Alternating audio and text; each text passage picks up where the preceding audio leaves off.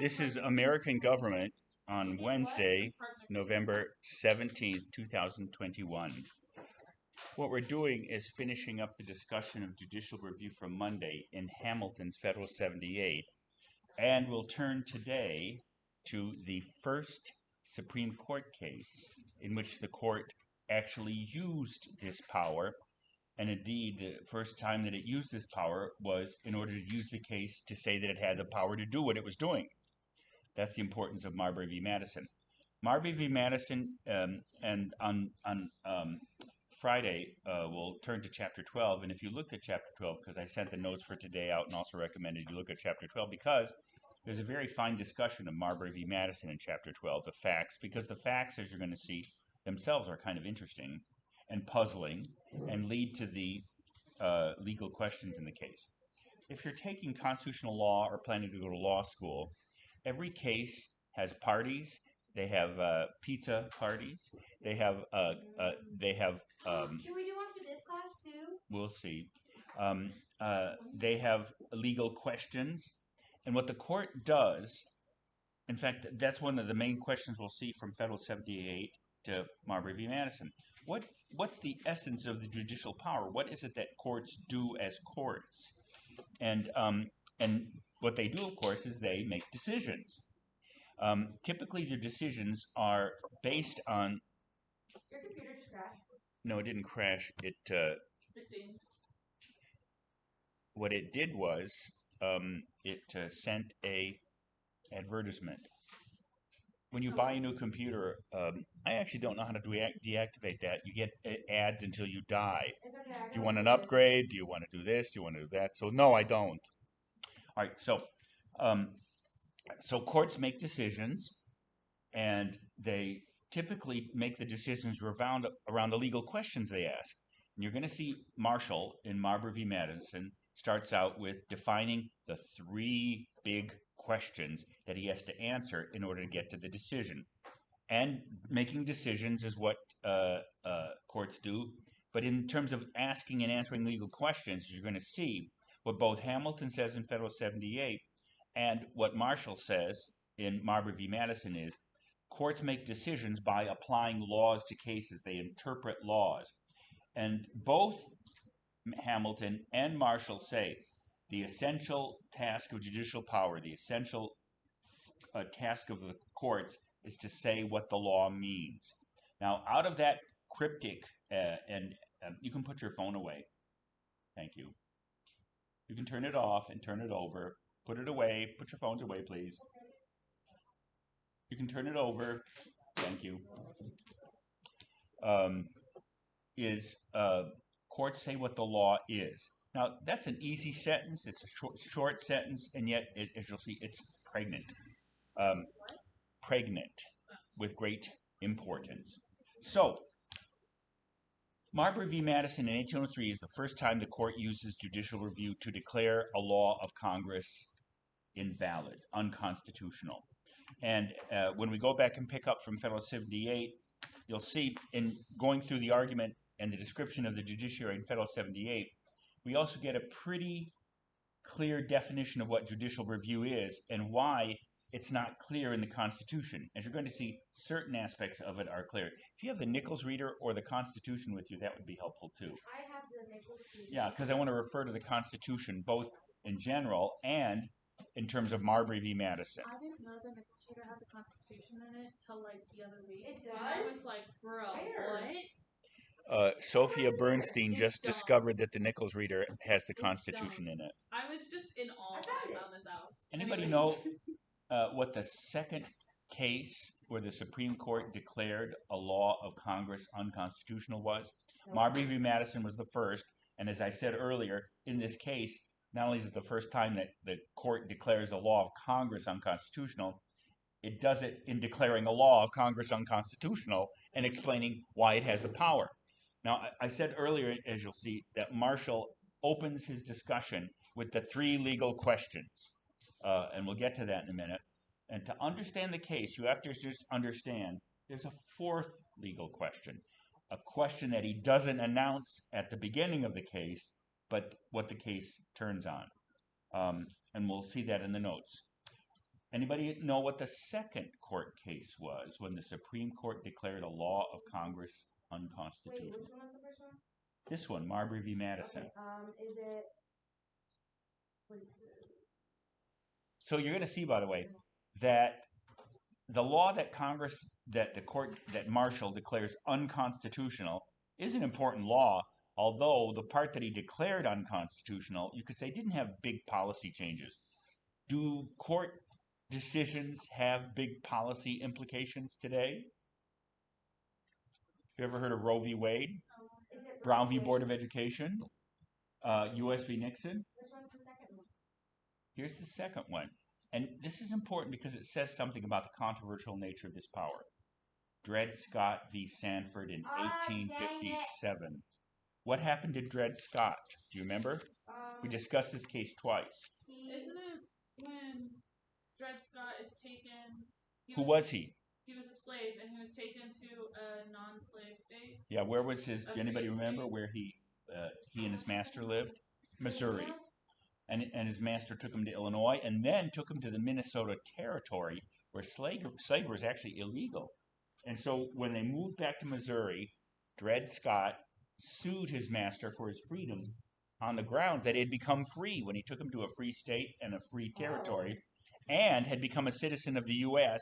and therefore could sue his master under what's called a diversity of citizenship clause. You remember what the holding in that case was, what the outcome was? The outcome was that Dred Scott did not get his freedom due to the fact that,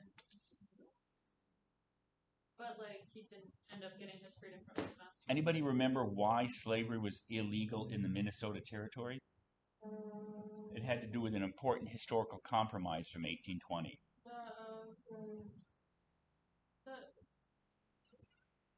Missouri Compromise, which declared slavery impermissible and illegal above the northern border of Missouri. And if you know your geography, you know that Minnesota is pretty far north of Missouri. And so why did the Supreme Court, and anybody remember who the Supreme Court, the Chief Justice was in Dred Scott? Roger Rabbit. Nice. Roger Taney. It looks like Taney, but it's pronounced Taney. Who, by the way, his statue was one of the statues that was pulled down in the protests and riots after George Floyd was killed. Because in some ways, Taney really was a defender of slavery. And not just that. Anybody remember? So you're right. Taney said Dred Scott could not sue his master because he did not become a U.S. citizen, because he did not become a free man, because the law that he claimed made him a free man, the Missouri Compromise, was unconstitutional. Why? Do any of you know what the Fifth Amendment is? I should, but I don't. Have you ever heard of the Due Process Clause? Oh, you can't be tried for the same. That's one of the rights in the Fifth Amendment. It's called double jeopardy. That's right. Oh, shoot. Okay. For your information, the 5 rights in the Fifth Amendment are no capital punishment without a grand jury. You can't be tried twice for the same crime. You can't be compelled to testify against yourself. Your property can't be taken away from you without just compensation. And here's I didn't give them in the order that the clauses come in the Fifth Amendment, but here's the other right. Nor shall anyone be deprived of life, liberty, or property without due process of law. That's in Article 5. Amendment 5. The Fifth Amendment it's called because it's in Article 5. And what does that mean? No person shall be deprived of life, liberty, and it's represented also in the 14th, without due process of law. Which means basically it's Can the government take your life away? no, not unless they have a reason. Well, can they take your life away? What type of yeah. What's that called? The death penalty? Yeah. Can they take your property away? It's called a fine, or taxes for that matter. Can they take your liberty away? Yeah. What's that called? Putting in jail. Yeah, jail. So can the government take your life, your liberty, and your property? Yes, but only by due process of law. Here's what that means in practice. It means without a trial. Does that make sense? So yes, the government can take your life, can take your property, can take your liberty away, but it has to do with requisite procedure, with procedure, which means trial. They just can't pass a law taking your property away. And that's just what Taney said Congress had done in the Missouri Compromise. Because whose property did the Missouri Compromise take away? It was time to take away Who? Scott's money. Yeah. In other words, Sanford's, his master, owned Dred Scott. He was his property. And therefore, by taking him to a... shall we pause while you climb over the table to get that? Oh, it's okay. Do you want me to get it for you? No. This is a full service institution. And I was such an asshole by turning you to turn off your phone. But no, I'll get up. The window is messing me up. Sammy. Sorry, I'm hot. There you go. Sammy, you're literally in Fritz in a t-shirt. There you go. Okay, and I'm hot. I'm fat. I sweat. Oh. Let me live. I'm going to pause the computer where I say, well, I'm hot, but in a different way. Yeah, right. So the Missouri Compromise passed by Congress, Taney says was because it took slave property away. Now, so by the way, so that meant Dred Scott never ceased being Sanford's property, which means he didn't become a free man, which means he didn't become a citizen of the United States, which means he couldn't sue him. So the case in some ways was thrown out. But let me just explain. Taney went further. Not only did he say that Dred Scott never became a free man, he said no black person, no African American or person of African American descent could ever become a citizen of the United States. Well, that's a way racist. Well, can you see what big event in American history clearly was Dred Scott one of the planks towards? In 1857, what happened 3.5 years later? What happened in 1861 to 1865? The Civil War. So on one level, did this Supreme Court decision have an impact on the nation? Yes. When we talked about the Constitution and the amendments, I mentioned that certain amendments were actually passed to overturn certain Supreme Court decisions. This was one of them. Yeah.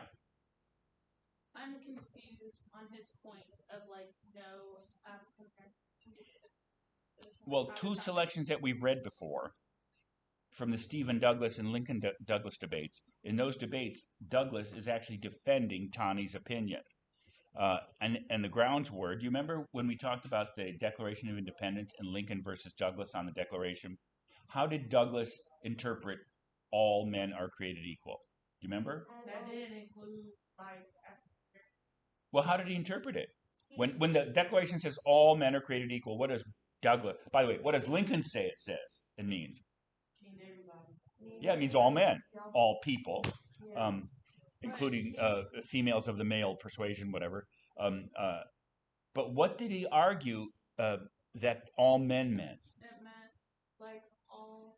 It was saying because at the time African Americans were property, not men, and not citizens. So he took it as anybody who was not property. So in other words, all men, according to Stephen Douglas and Roger Taney, meant all white men are equal to other white men. So there's no doctrine of human equality there, and Lincoln argues that's not true. For your information, let me remind you, the other point of contention was what was the relevance of the Declaration to subsequent American life, and Lincoln argues it's the standard for subsequent American politics and life, because clearly didn't Lincoln want to attach the Declaration or connect it with the issue of slavery? And if the Declaration means all men are created equal, what happens to the moral status of slavery under the Declaration? It's not a thing. And that means half of the country is doing something immoral according to its... So can you see why what Stephen Douglas argued, if you remember, was that the Declaration was only of historical interest, like what Revolutionary War uniforms looked like when you go to a museum. It's just of historical interest of what the first flag of the United States was. He argues it has no relevance to subsequent American politics. Remember, that's what we spent the first 2 weeks on the course on. Now, to go back to Dred Scott and then to go back to Marbury v. Madison, judicial review seems like just the power to say if a law is constitutional or not. Now, if I remind you from what we talked about on Monday, from the one mention of this question in the Constitution, let me remind you of the context and what we talked about. We talked about Madison's proposal in the Virginia plan to create a Council of Revision, which would do what? Do you remember? What was his proposal in the Virginia plan, which was rejected eventually? Wasn't it to like put the executive branch and the judicial branch together into a new institution called the Council of Revision, and that institution would exercise the veto power, including. Do you remember why? Because he didn't think that either the executive branch or the judicial branch was strong enough on its own. Okay. Now, on the top of the first page of the notes from Monday, this is where we finished with Elbridge Gerry's rejection of that.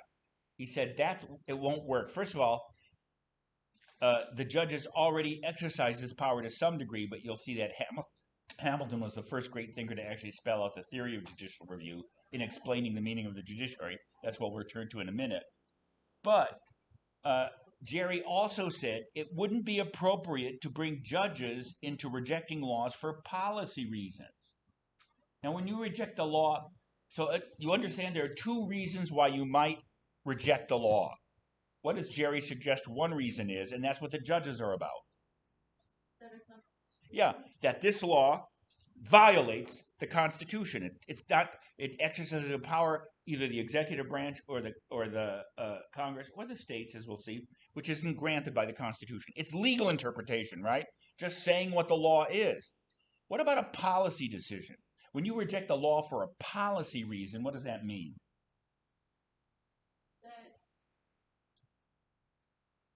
It's like saying. What do you disagree with if you're rejecting the law for policy reasons? Disagree with the policy like what it's stating and what it's trying to add? Yeah, not because it's now. Listen very closely because this is critical.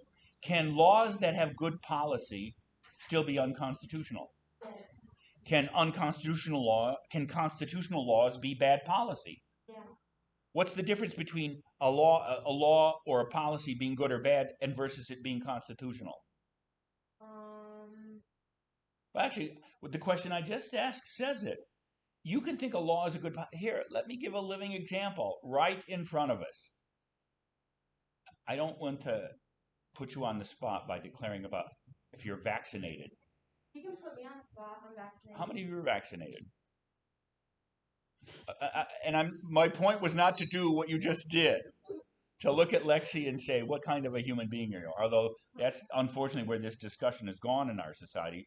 I'm vaccinated, but I have many friends who aren't. I don't hate them. I don't think they're bad people. I don't think they're murderers. They will get an F in this course.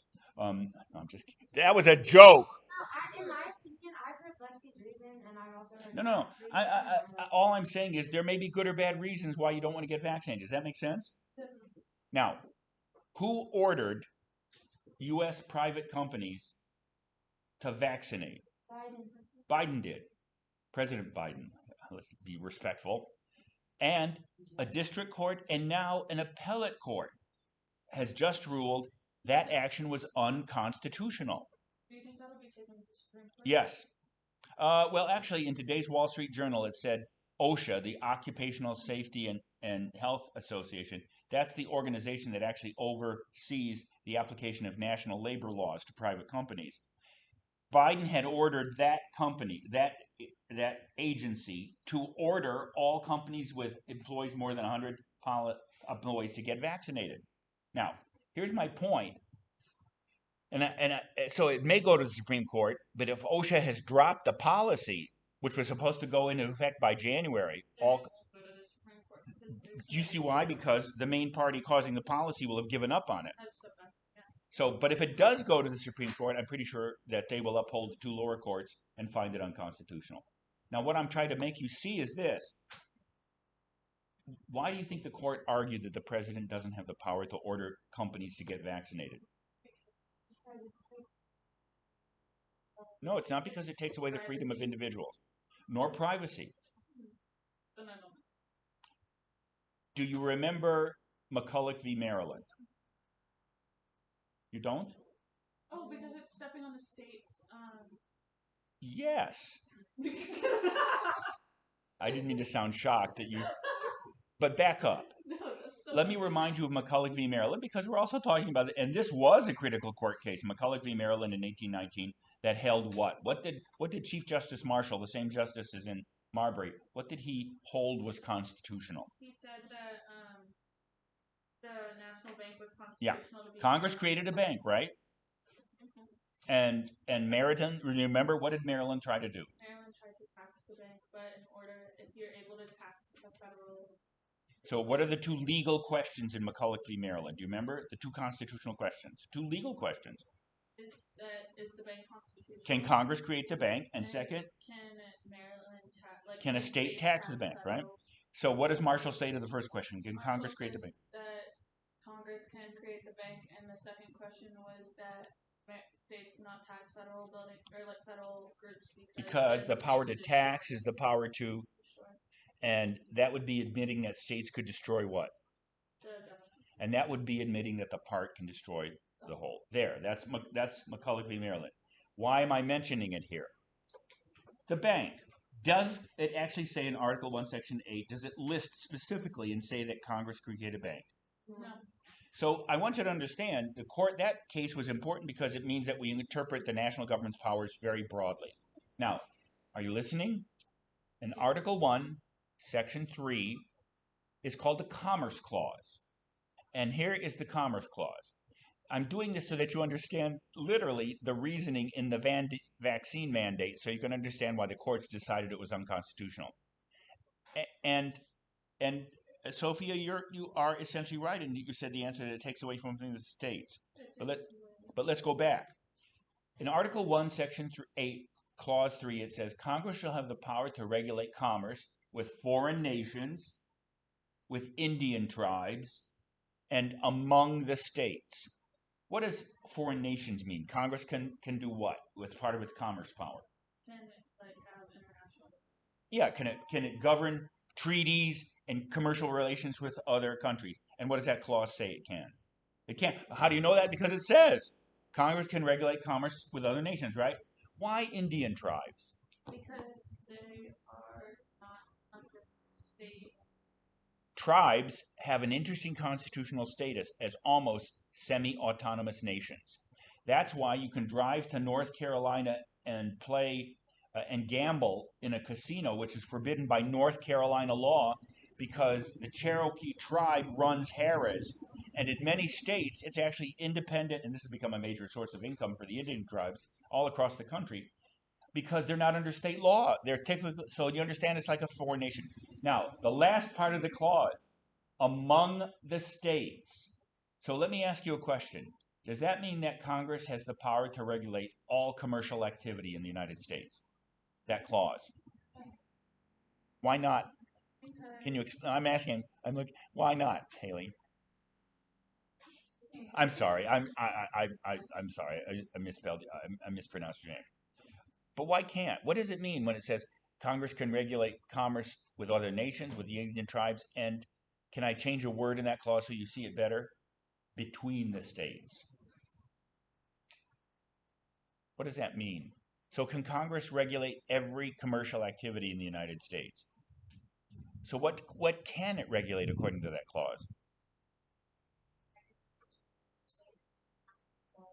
There. And that still is the interpretation of the Commerce Clause. How many of you have ever heard of Obamacare?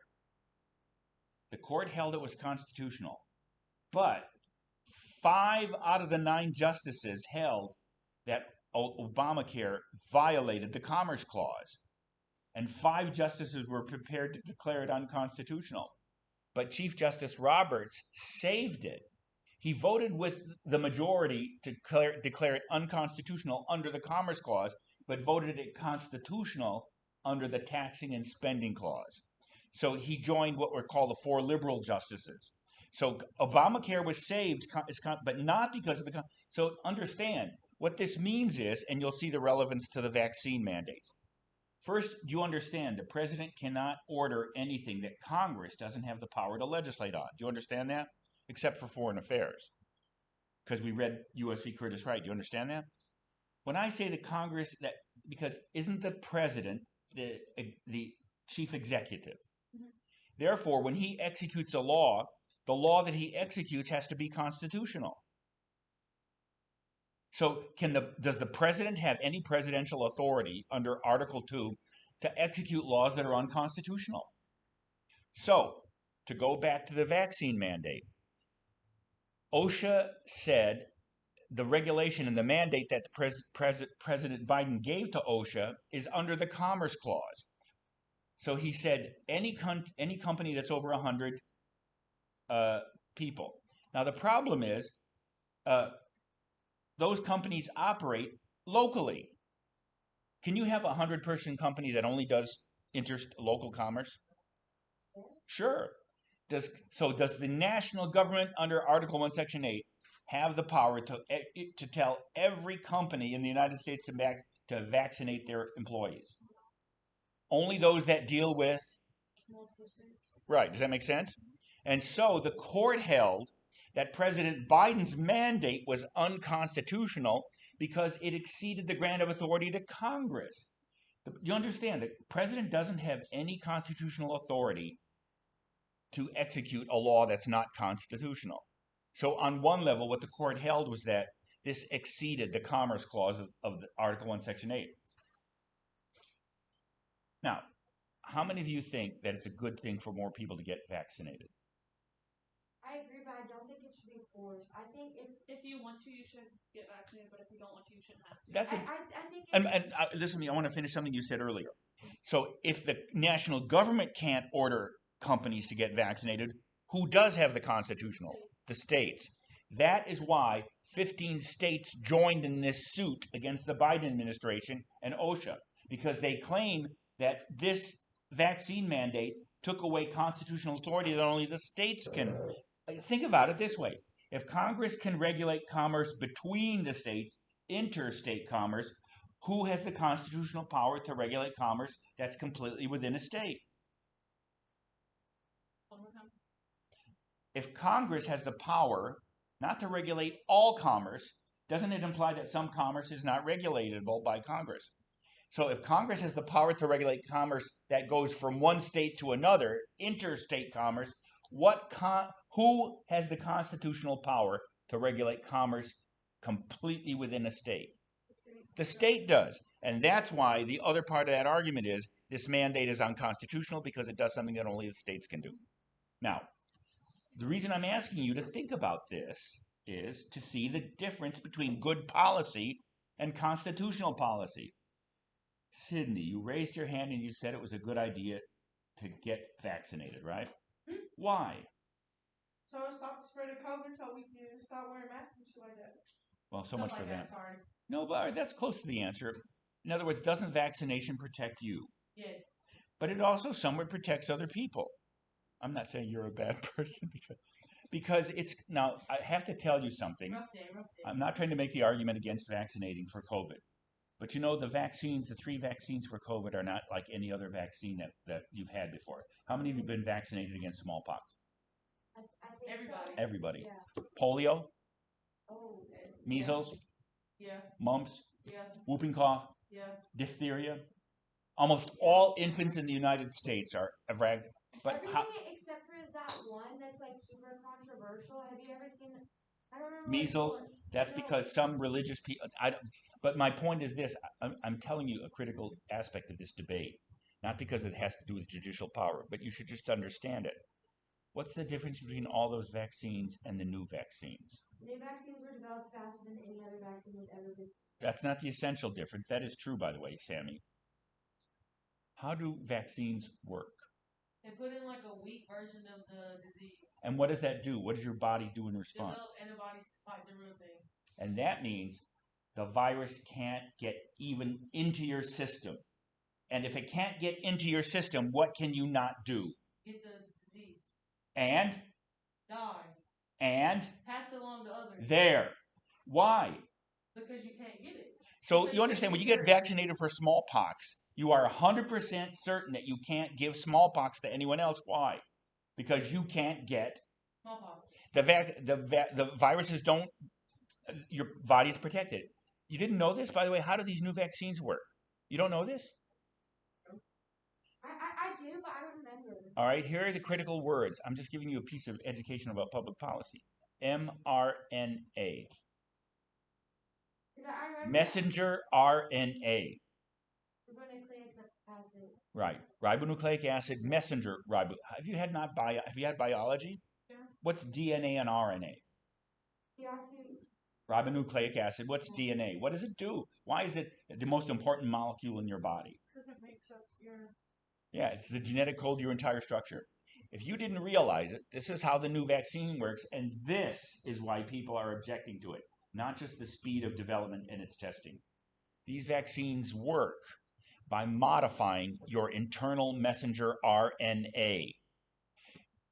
They affect part of your RNA and DNA and tell the cell walls in your body to not admit the unique spike protein. You've seen images of the coronavirus, right? Yeah. It means crown virus. Why?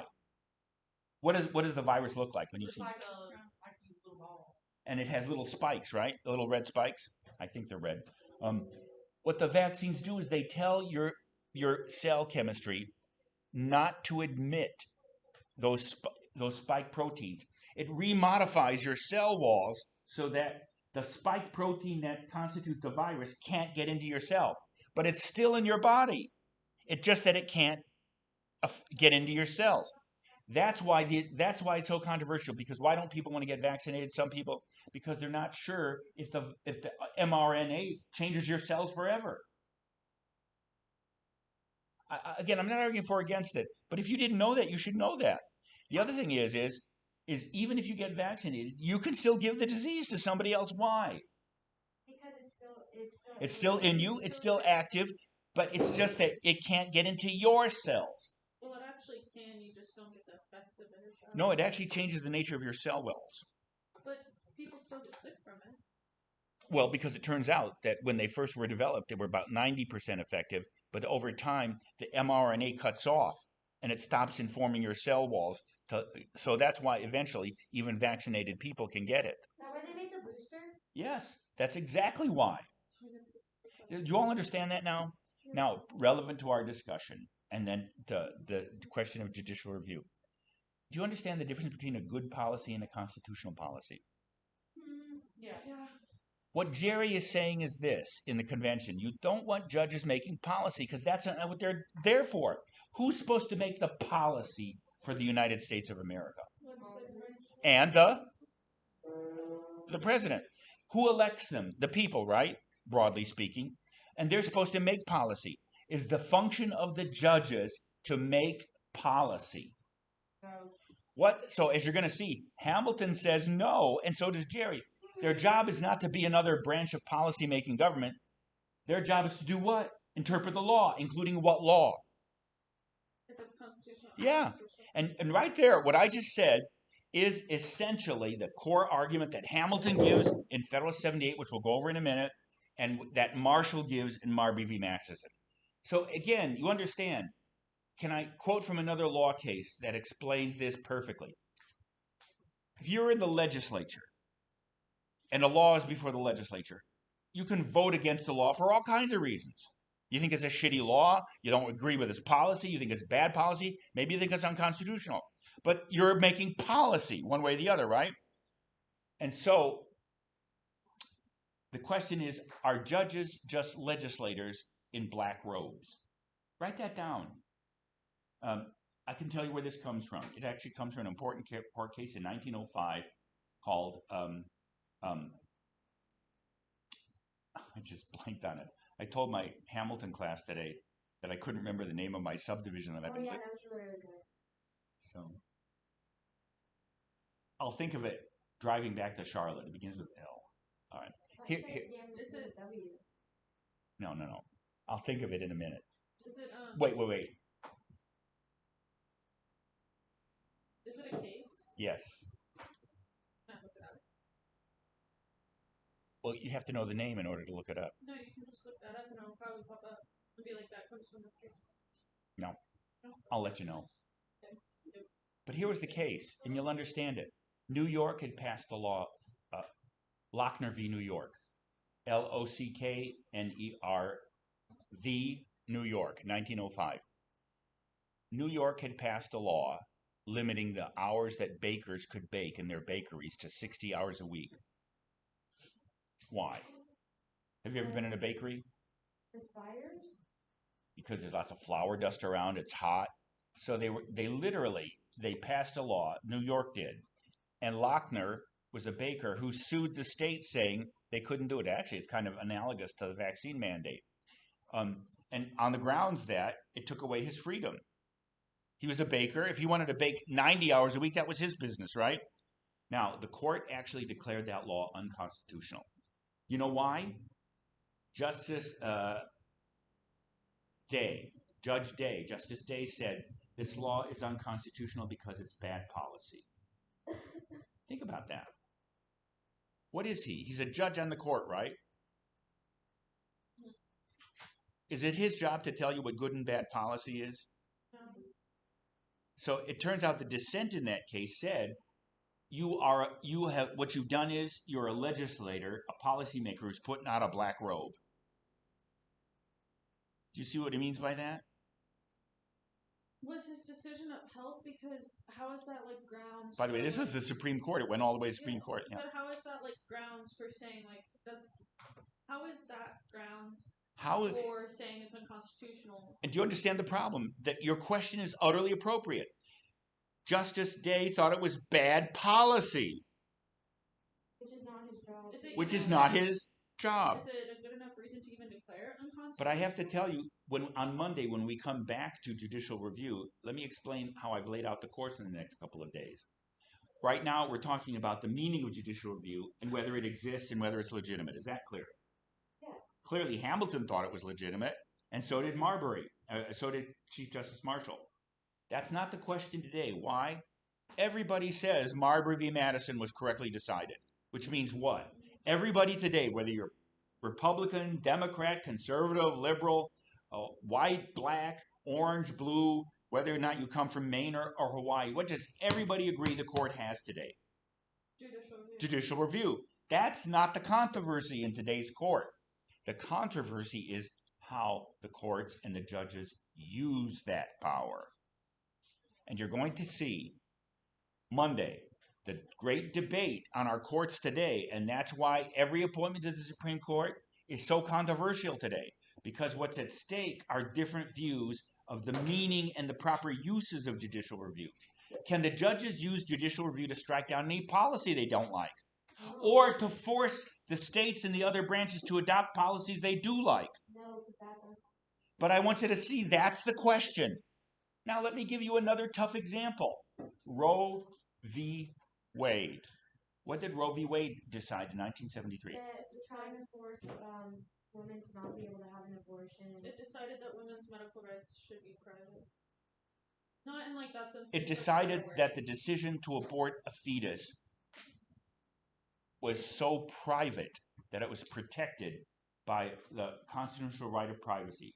Now, does the Constitution mention abortion? No.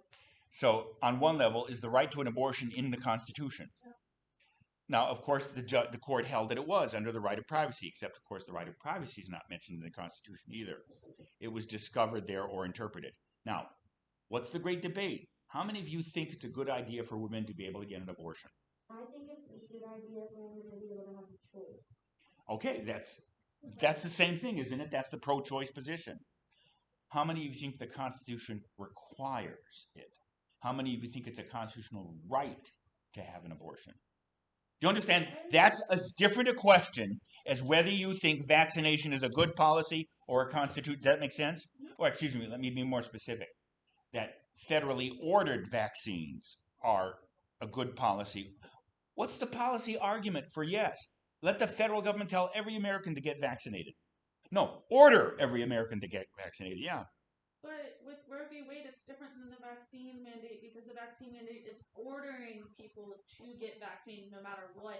But with Roe v. Wade, you don't have to get an abortion if you don't want to. That's brilliant, Sophia. And indeed, you could say the problem with the vaccine mandate is it violates Roe v. Wade. Because isn't Roe v. Wade based on the idea that you have a privacy right over your own body? Yeah. Now, are we consistent on that? No, because if Lexi pulls out a vial of cocaine and shoots it up, which is probably the only way to stay awake in this class. No, I'm serious. Understand this. Do we let people shoot up heroin? No. So do we take? Well, it's like legal. It's illegal on the federal government. You can't even take a toke. Oh, I'm sorry. I didn't imply that I knew what that meant.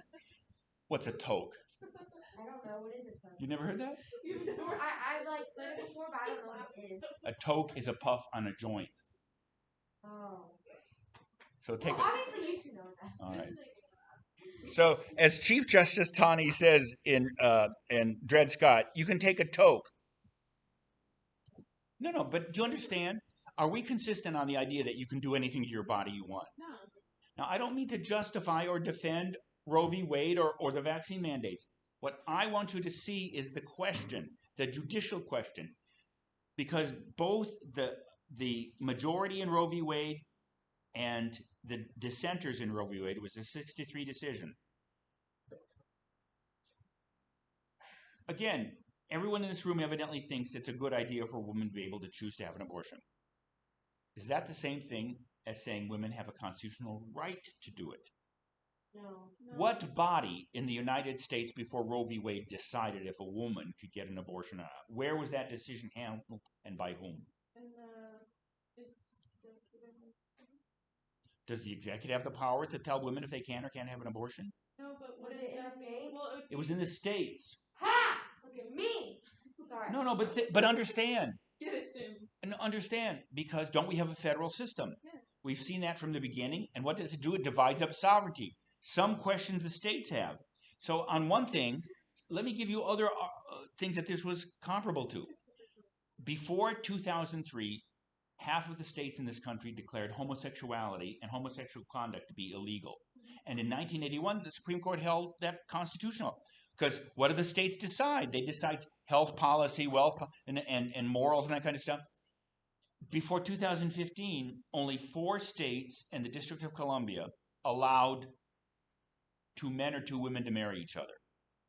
But in 2015, the Supreme Court held it was a constitutional right. Now, that's exactly parallel to the question of abortion. It's exactly parallel to the question of drug use, because actually about half the states now allow you to smoke marijuana and half don't. It's still illegal in the federal government. Did you see that? I can't remember if it was. I think it was a senator. I just sent it to Lexi. That there's someone's trying to pass a law to legalize. That's part of the Democratic Party's agenda, is to nationalize. It's a Republican. What? Well, no. Let me just say, because a large portion of both Democrats and Republicans are actually libertarians. I was just wondering if you saw it. Anyway. But I'm not surprised. And I think that's where we're going as a country. But what if the Supreme Court handed down a decision which they ordered the states to legalize marijuana? Well, they couldn't do that. Can they force the states to legalize abortion?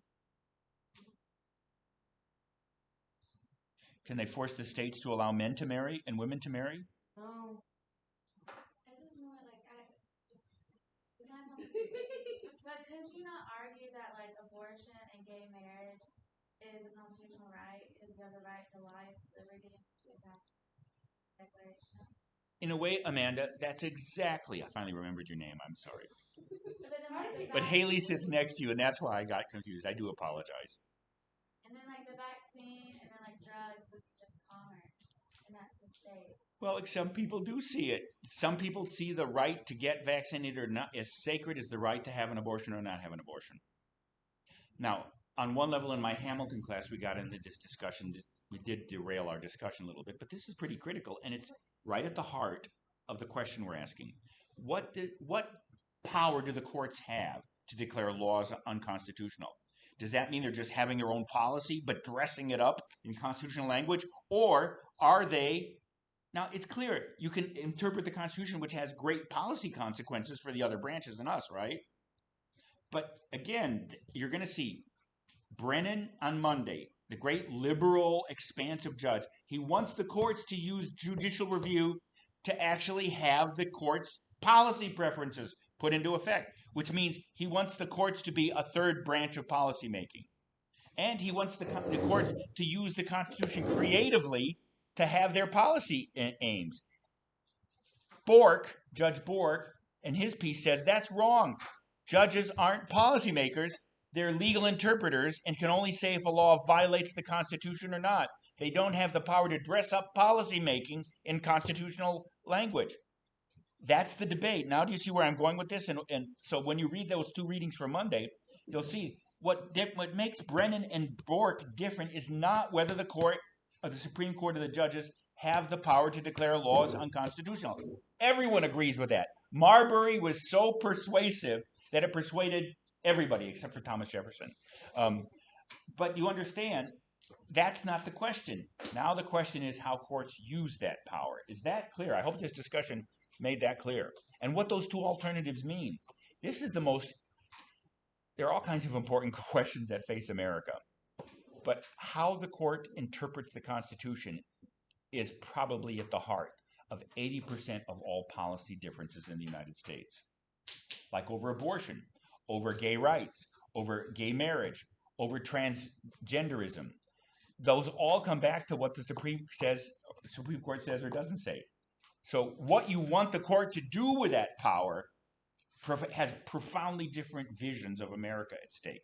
All right, I just gave you the lecture for Monday. All right. You can leave. That was a great talk today, I think. Well, I didn't get to lay out the material I wanted, but at least you saw the importance of the question of the material we're discussing. Would you say?